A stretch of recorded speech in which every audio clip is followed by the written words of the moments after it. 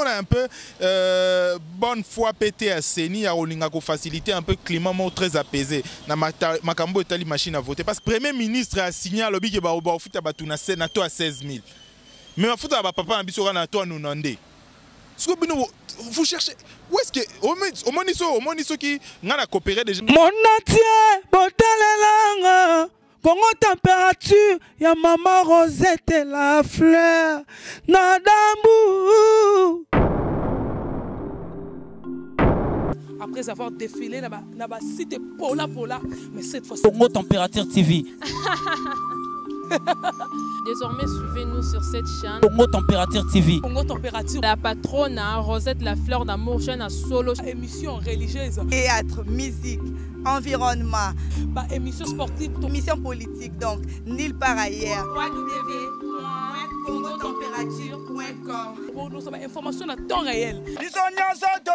Congo Température. Et y a mon pépé Asika. Ya Tobina Congo Température. Vous nous suivez de partout, fidèles internautes. Salut et bienvenue dans votre émission qui vous informe politiquement. Et à la présentation, je suis là, le vôtre de Pomenga, derrière la caméra. Il s'appelle Shadrach Discoiré. Et un grand merci à Maman Rosette la fleur d'Hambourg pour cette grande chaîne. Fidèles internautes, toujours d'informations d'actualité. Il y a la République démocratique du Congo et l'autre Zali Nandeko Raphaël Walokonka. Ozali est journaliste politique et aussi président de l'association Union de journalistes du web. Ensemble, tu reçois vraiment Maïmatali politique et démocratique du Congo. Et Raphaël Walokonka, bonjour. Bonjour mon amboka Dep Menga, bonjour na balandinyo sur le site internet Nabino. Boni basango ya union de journalistes du web. Nzamba zali kosunga na maleme to construire monde moko intelligent. Ozali moko ba journaliste politique et aussi lelo zo yambi autant qu'analyste donc analyser na yo situation politique démocratique du Congo politique na biso ekomi wapi ezokende wapi po suka nango ezala nini to landa tozana yo na kati ya mboka oyebi comment est-ce que Congo sali kotambola na Maïmatali maponami lelo ngambo ya opposition etelemeli vraiment loko ba bengi machine à voter bango ba lobby ba kokende na élection sans machine à voter et Corneille Nanga étant que président ya Seni ya zali kaka toujours continuer à insister par rapport à la machine à voter. Pour nous, oyambi makambo ndengini tozokende na wapi.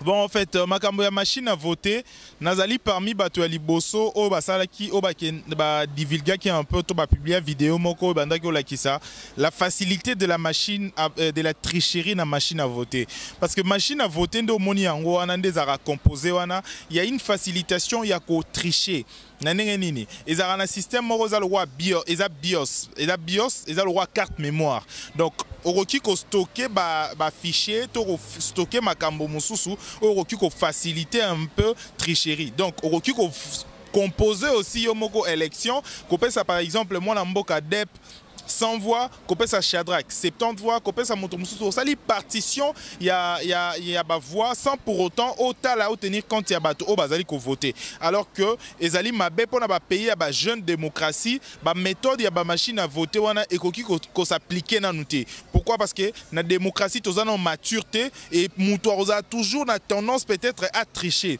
Donc je peux dire majorité comme opposition ekoki ko na même mise sur cette machine et puis bim c'est la biso résultat aux ezali vrai ya ba ionte au ba congolais ba lingi.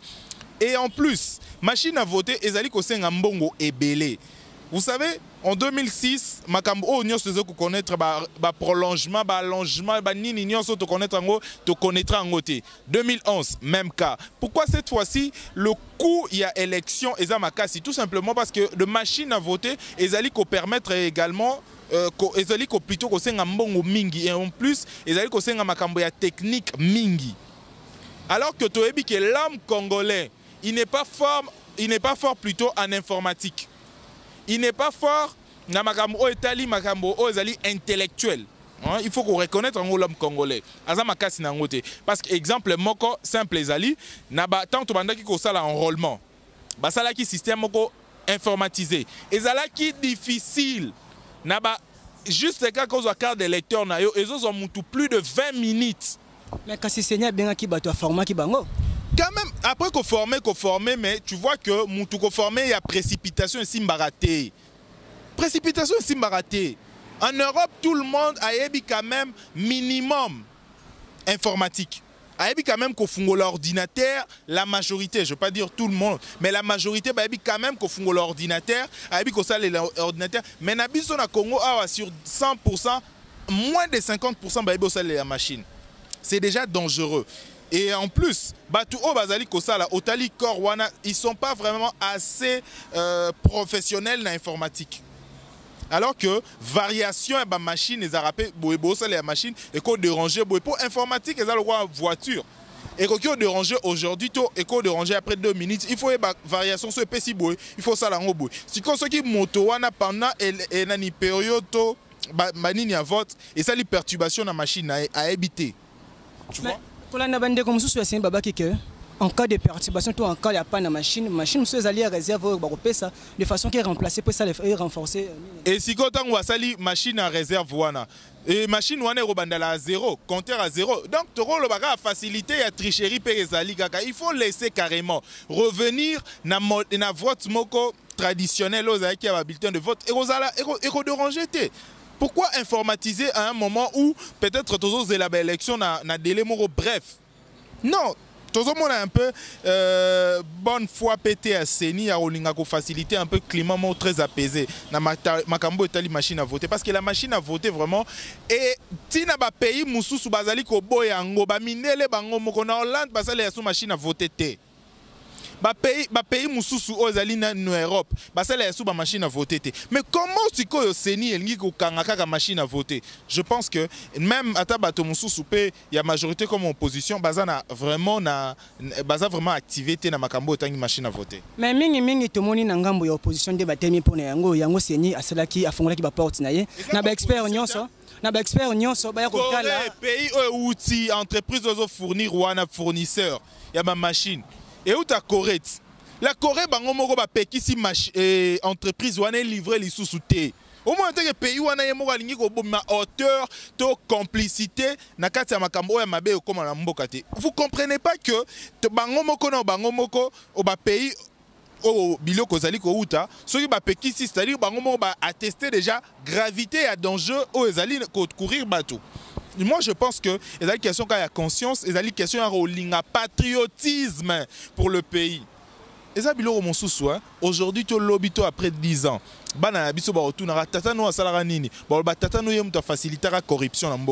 C'est la honte.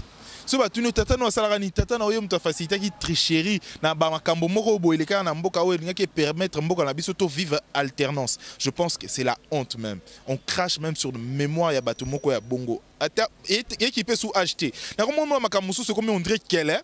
Au moins mtu aza mkolo moyo ke au télé. Mais comment cette personne a commencé à la makambo boy? Il manque même le souci patriotique ya mboka. Moi pas si na motema. Lelo Corneille Nango azali président Seni.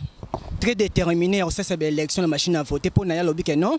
Les moyens moko où ils allaient facile ou permettre les moutons à voter dans temps mouké tous au résultat Lobaki na Malobo a pensé qu'il y a une découverte de la presse internationale avec ou sans opposition il y aurait élection.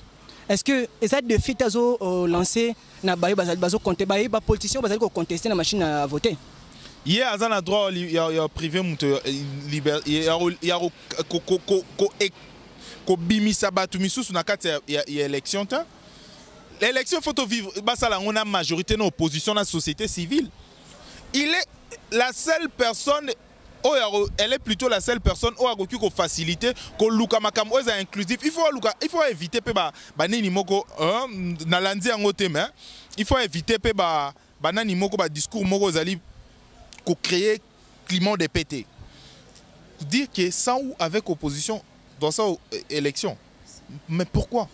Il doit chercher à ce que Azwa élection moko oezala intégrale, c'est-à-dire Batonion soba se retrouver une représentation intégrale. Yango de toloba qui a reçu. Sinon toloba même ba précédent na ba sali mieux que yé. Mais un lobby Kolanda 2006 2011 ezaleka lo lenye moko bandeko ya opposition to bandeko ya société civile batelemna ki mingi ba élection mais suka nango ba ki okota na retard ba élection pe lekaki na kimia. Mais écoute, na 2006 2011 les élections na climat tout ça pas problème de quoi on doit nango leloté. Pour la première fois na mboka na biso ba reporter ba élection combien de fois? Combien de dates? Combien de fois élection, combien d'années sur élection il fallait des années ni na date ni aujourd'hui tout ça. Ça dit Toroloba, Corneille Nanga d'abord, il a échoué dans la mission Morozali qui vraiment est élémentaire nan. Si quoi to comme talé si quoi na mission Morozali vraiment secondaire. Ozali peut-être la crise Luka Nenini to Luka solution. Pourquoi? Parce que au départ neti Corneille nani Corneille Nangati plutôt Abe Malumalu et Ngoy Mulunda bango nyoston basalaki ezalaki makambo onyo sauté. On voit que crise ezalipé, il peut connaître le problème, on n'en disconvient pas, il faut qu'on accepte. Mais il a échoué d'abord na nini Morozali élémentaire. Et une année après, aujourd'hui, il doit se ressaisir après sa belle élection, la belle élection, na intégralité à la partie prenante nyonso. Et ça la force nae quand même. Voilà. Le lot est un mois à quelques jours pour la candidature. Est-ce que dans le climat autosan le lot, il y a opposition dans la majorité, il y a machine à voter. Est-ce que la candidature vraiment vous allez déposer comme il le faut? Déjà, ceux qui ne bandent déjà ma camboza mabe, c'est que conclusion za mabe. Au risque que tout le monde a, Congolais ne sont pas canisake. Ceux qui ma cambo déjà, eux a tergiversant. Ne bandent liboye, c'est-à-dire moi quand son machine à voter, va te bélier, va te douter nango, mais balinga ou imposer nango et pas seni. Je pense que tu vas risquer de comprendre déjà que l'élection n'a souke za nango mabe, résultat za nango mabe. Tu vois, il faut pas permettre que aujourd'hui tout le monde a quand même confiance, minimum de confiance pour que tu as l'élection et là et le moro tu vas représenter confiance, tu vas voter quand même candidat moro ozala représenté comme garant de la nation. Concernant la situation politique actuelle en République démocratique du Congo, on refait une machine à voter, on va manœuvre même au niveau du gouvernement pour bon européen s'assainir à organiser l'élection. Est-ce que le peuple congolais peut s'attendre à une élection en 2018? Oui, bien comme déjà moi Kokoso, Mouké. Vraiment il faut le bango ba piste msou ba difficulté ezali ko se présenter déjà. Mais ko ba eloko moko. Corneille Nanga lobaki d'abord avant de reporter l'élection, na accord d'abord il y a Union africaine, alobaki date au batier. Mais ezali ko dépendre de la disponibilité à makambo ne bazali ko sala tant on publier makambo oyaye. Et encore une fois de plus, tant que si accord à Saint-Sylvestre, après un rapport dans le lobby, plus tard le 23 décembre. Mais candidat et makambo ozali ba souci technique na nini so ezali ko persister, il faut luker la solution. Donc il peut se aroki ko vendre na thèse wana pour il y a encore de soucis techniques, des soucis nini so ezali ko persister. Donc il faut revoir encore, repousser encore date. Mais ozali ko se poser nini problème ozali soucis techniques ezali déjà nini. Pays ozali fournisseur plutôt entreprise ezali ko fournir boy déjà ba machine et ya Bapekisi machine à voter ya. Bapekisi pays fournisseur wana machine à voter. Batelemeli makambu ya machine à voter. Le gouvernement lobby bango bazo collaborer na compagnie non na gouvernement. Mais est-ce que compagnie gouvernement et lobby gouvernement coréen et lingitet et pekisi entreprise wana va fournir. Donc, ils ont déjà interdiction qui ko PZP quand même dans venir il y a une élection à RDC. Donc ce baboy ko pèse sa machine les loto lobby to après 2 mois ce makambongo comme indongo na mboka na bango pour Corée état mola ndenge mona bisoté gouvernement coréen ce ba moni makamone tambola ndenge mosusu ba ko bloquer. Et ce va bloquer carrément l'élection et Rosalesou na date en côté pour revoir quand même ba fournisseur mosusu. Tout soit remédier, ça dépend maintenant de la bonne foi et surtout volonté active patriotique pour l'Europe sa belle élection n'a tant voulu. Voilà. Raphaël Walkonka, tous en a un plateau. Les lots opposition ils allaient senga gouvernement est respecté. Bah accord il y a le 31 décembre il y a Saint-Sylvestre. Si quoi pour na yo ko respecter yango mon attaque ko mema biso susu na ko changer gouvernement ko loka susu primature changer et ko entraîner peu sous ba conséquences susu na niveau ya l'élection. Pour moi je pense un message pour l'opposition congolaise, il faut base à la trop sérieuse dans le moment. S'il vous plaît, base au temps préparer l'élection. Va préparer l'élection carrément parce que ceux qui sont dans 5 mois, 6 mois ce boyebi qui est actif pour les élections. Partez aux élections, quand vous remportez les élections, boye siko bosengi makambo bosenga. Bosala nyoso bolingi, vous voyez pas. Kasi bamba lobby kolandela ndenge bayokanaki na accord ya Saint-Sylvestre, basengaki ba libérer ba prisonniers. Saint-Sylvestre bango moko ba loba ceux qui opposition, l'opposition aux opposition, c'est-à-dire c'est l'opposition au lobby qui est accord à Saint-Sylvestre et a mise en application té. Donc ce accord est mis en application, au sein à une portion d'application accordée. Donc il faut pas laisser même pas tenir compte de l'accord lui sous thé. Oh bah tout beau penser parce qu'une position, il y a opposition va participer bah le bapé.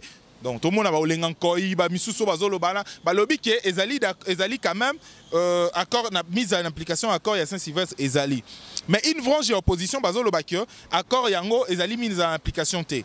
Alors cette branche au bazar d'accord té va préparer kaka ba élection point barre. Ce va préparer ba élection, tu vas préparer une voie où permettre bango quand même va faire va mettre leadership dans bango en application. Parce que tout Congolais a le droit. Il y a ça là oyo ezali ko azali na droit plutôt il y a ça là échec na eloko ezali ko permettre à vivre na bon solo te na bon sommité na respecter. Voilà. Kasi bango batelemi balobi ke bazali prêt pour na okina maponami. Kolandela lolenge bayokanaki ko mema otina maponami bino tozaki na bino tosinina bino papier kasi maloba yango bino bozali ko respecter yango te pamba te biso tozali poto kende mais esengi biso bo respecter maloba to komaki na papier ko to kende nzela moko koluka kutu makambo ya te ba respect ya makambo misusu ebele exemple moko simple premier ministre a signé lobi ke ba ofuta batu na sénato à 16 000 mais bafuta ba papa na biso na to anunande. Vous cherchez où est-ce que au moniso qui n'a coopéré déjà solo déjà na mutu moko to na sali coopération moko na mutu moko na dealer na asali nga déjà première fois le moko boy est choqué nga deuxième fois on s'attendre na choc. C'est comme ça, il fallait pas s'attendre na respect moko boy quelconque parce que au départ d'abord boyo kanaki il fallait accord ya Saint-Sylvestre bam sa premier ministre Abima nakatia rassemblement. Opposition bar rassemblement bak tosi en côté et les comme ils sous makambuya mise en application accord ba décrispation politique na makambo eko bandanga bongo lelo lobby ti suka mokili borozana bino respect borozana bino pe point moroté. Attendez-vous juste aux élections tant boko manakati ya machine bino moko bo gérer la chose oyebi soki ba pimeli au fumbwa yo zela pe jour ola maka fumbwa na oliango na appétit na yo moko c'est ça. Mais lelo yo lobby et que ba respecter le lenge ba yokana kité premier ministre mangambo ya rassemblement opposition à rassemblement kasi kolandela ndeko Bruno Tshibala e pazali moko ya UDPS azaki na kata UDPS abundi bitumba elongo moko na fait Etienne Tshisekedi bazaki na bango ensemble jusqu'à ce que leur commis premier ministre monte ke ba accord ngo d'autre part ils allaient respecter. Oui question nous allons bien mais comme nos tangi je suis déçu. Monsieur Bruno Tshibala, il me déçoit chaque jour quand je... Tant que Kanisara n'a déjà déçu. Je suis déjà déçu. Monsieur Bruno Tshibala, non, c'est la première déception des Congolais. Premier ministre socialiste. Tu as crié aux 42 ans, Monsieur Bruno Tshibala, désormais, le bac a 800 ans. Na Tshisekedi. Ça a 800 ans na Tshisekedi. Mais bilan zéro na social ba Congolais. Les Congolais souffrent encore plus que attends matata ponyo. Pas si comme na Congo le elo mususu. Bana ba komiko bana bato ba komiko sala kindumba pona luka bazwa 100 francs. Pas si lipe comme mapa lipa etika lo matate depuis nani temps moro. Mapa comme matimba la moko, c'est-à-dire effet moro boye dégradant dans la société. Et moi, je pense que Moutouloua Bruno Tshibala a battu moi au lobelate. Vraiment, il faut. Au moins, leadership n'a pas un peu impopulaire. Au moins, il y a le ressource du paysan à Tana Oté. Il y a le roi veste veste les qui ont mon nez. Et il bala na yoté simba yoté. Na monsieur Bruno Tshibala, le leadership n'est vraiment franchement. Le premier ministre mais il y a sans impact roi il y a zaté franchement. N'a vrai. Il est vraiment à un impact. Quand il passe ici, tout le monde est à gauche, à gauche, oh, premier ministre. Allez, pourquoi? Parce qu'il a marqué dans les social. A marqué les Congolais, t'es pas si n'a pas. Mais oui, bien, ce qui est Bruno Tshibala, Hein, et entre nous soit dit. Ce qui a qui quand même, Moutoumoko, il est issu, il y a parti moko socialiste. Malgré tu vas contester, malgré lobby to makambo ebele, mais ce qui a bongi ce qui est social les Congolais, on allait dire quand même bravo monsieur. Malgré Zaki Moutounanité, mais yon n'engoye au sali quand même elora malonga, mais hey pardon. Le piment dans la sauce vraiment le piment dans la sauce. Fidèles internautes, toujours on a Raphaël Konka Azali, journaliste politique et aussi Azali président il y a union des journalistes du web. Ensemble on toujours continue toujours à développer sujet de situation en Mukula lelo. Raphaël Konka. Lelo Congolais tout nangambo opposition na peuple bazali koluka bazali kozela mokonzi ya mboka a pesa bango dauphin na ye. Mais kolandela kat nangambo ya majorité na famille ezali ensemble na mokonzi ya mboka. Mingi bazali ko bima ko se prononcer déjà bien avant que non ngana osala candidat présidence. Sikoyo le temps oyo mokonzi mboka ko pona candidat na dauphin na ye, est-ce que ekoko mema ba ranking to comme ma division na kati ya majorité présidentielle te? Moi je pense que koloba que Ozali candidat à la présidence, ils ont choix. Même à la classe politique, ils ont appartenu à la classe politique, mais il faut être libre à choix. Plutôt, la liberté ne se demande pas, ça s'arrache. Donc tout le monde qui peut, Moutouni, on la majorité, soit le bien candidat, Abimane candidat. Mais ce qui est difficile, vraiment, dans la majorité présidentielle, certaines personnes vont voter. Il faut pas jauger, il faut pas calculer vraiment bien. Ça quand même poids. Parce que je te jure, la majorité il représente vraiment la population. Il ne représente pas un grand poids. Il faut vraiment battre à la place parce que ça serait vraiment très risquant de perdre l'élection. Et peut-être sur 100% Rosanne peut avoir très dénigrant, très maigre, très irréel. Au moment où que division autour de l'opposition et au côté de la majorité, pas tout le monde déjà on a vu honorable Zaka Babas ou déjà comme aux oppositions il y a Ndeko Moïse Katumbi. Vraiment non comment. Albeza choix naé mais azeli kaka na tango maponami. Ozalaki na bango, bundi na bango, bolongi na bango, otamboli na bango. Tambo moni porte le pain que non porte le pain ndako comme bukana. Yo lingo ki mandako matenga longa na la famille comme na famille wana. Albi c'est son choix. Albi c'est son choix. Donc non comment. Vraiment non comment. Les choix naé. Non comment. Raphaël Konka, dernier message relancé dans le peuple congolais, kolandila maponami, to situation politique et démocratique du Congo. Congolais, on a la distraction, L'opposition n'est pas les sacs de saints. La majorité n'est pas une représentation. Il y a bateau OEP, peut-être bazali ko kozalana pour promettre biso meilleur na Congo. Le Congo, c'est pas question, il y a la classe politique. Aujourd'hui, le Congo est devenu question d'individu. Il y a la moutou à salanini. C'est pas à appartenir à la classe autonome. Moutou à koto salanini. C'est ça, la personne habile. La personne éligible. Il y a des fois comme la présidence et Mboka Nabiso. Il faut un ani politique, il faut comme ma compétence plus meilleure va diriger Mboka au Congo. Moi je pense que le Congolais va voter Moutoumoro Azali habile, Moutou Azali capable de gérer Mboka Nabiso. Sinon tu es 5 ans à souffrance, place au Tozali, na 5 ans après total Mboka place au Kuta to se retrouver to komisko na katia gouffre. Voilà.